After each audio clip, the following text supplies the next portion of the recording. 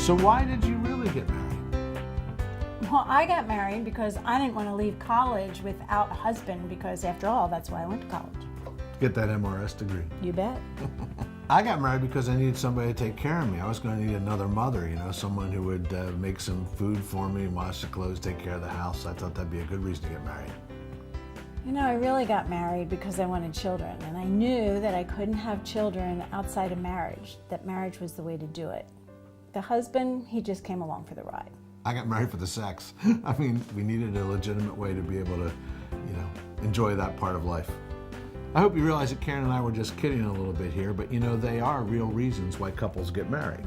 We all come into our marriages with expectations that we don't verbalize.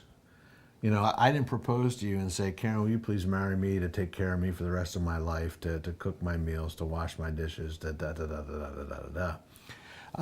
we do it thinking that we're all out of love and love's going to make it happen. But we come to that altar with expectations of what our marriage is going to look like and what our spouse is going to do for us, what you're going to do for me and what I'm going to do for you.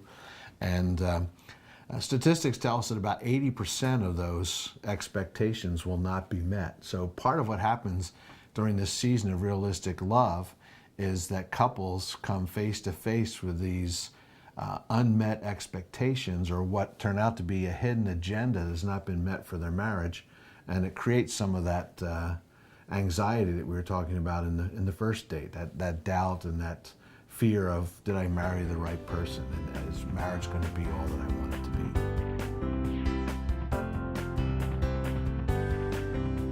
When you talk about hidden agendas, I know as a woman, I thought that because Bruce loved me, that he would know exactly what I wanted, and he would do exactly what would meet my needs. Without being told. Without being told.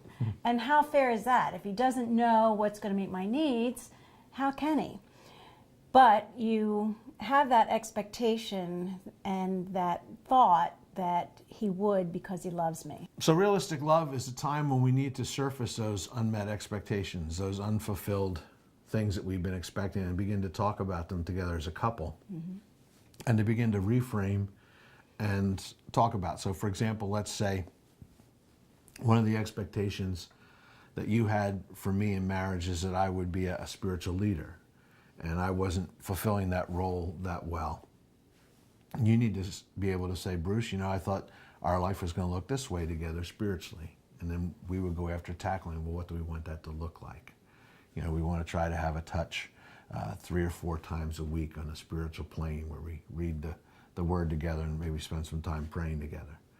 And maybe I said, well, Karen, I thought that, we were going to sit down to meals like this every night, and we were going to enjoy fine dining, and you're such a great cook, and, we're only seeing that now on holidays and special occasions. And when we invite people over for dinner. For dinner, right, so. But in real life, it's fast food or... Microwave special.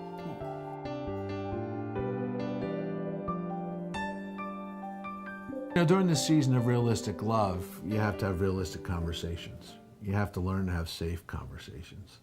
And sometimes when our expectations aren't being met, or when we're disappointed, it's hard for us to say to one another, Karen, I'm really disappointed. I thought our marriage would look this way. It's hard for you to say the same thing to me because we feel like we're going to hurt each other. So one of the first things we need to do in this season is develop a good habit of safe communication, that we can say how we're truly feeling and what we're truly thinking without any retribution or fear. And that comes by re-upping the commitment that you've made, and understanding that nothing that you or I are going to do is going to cause us to break this marriage.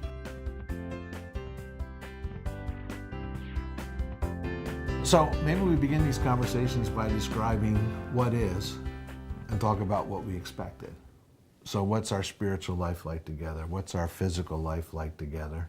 Are we getting enough emotional touches? Are we, romancing one another? We're trying to woo each other. How are we doing if the kids are here and the parenting and the roles that you were expecting me to be as a father and I was expecting you to be as a mother?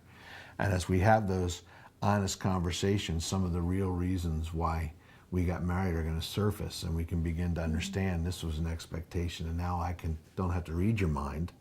I understand what you've been expecting, and I can rise up to meet that role, to meet that need in your life.